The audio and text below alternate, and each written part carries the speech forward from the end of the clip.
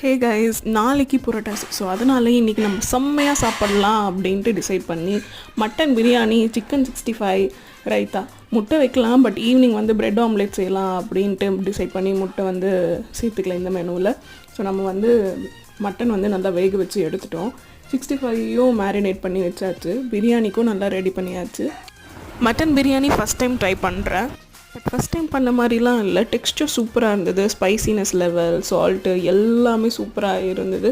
Mutton வந்து நம்ம வேக வச்சு போட்டதால் ரொம்ப சாஃப்டாக இருந்தது. அதுவும் அந்த மட்டன் வேக வச்ச தண்ணியில் தான் நம்ம பிரியாணியை செஞ்சுருக்கோம். அதனால் அது இன்னும் வந்து ரொம்ப அரோமா, டேஸ்ட்டு எல்லாமே சூப்பராக கொடுத்துருந்தது.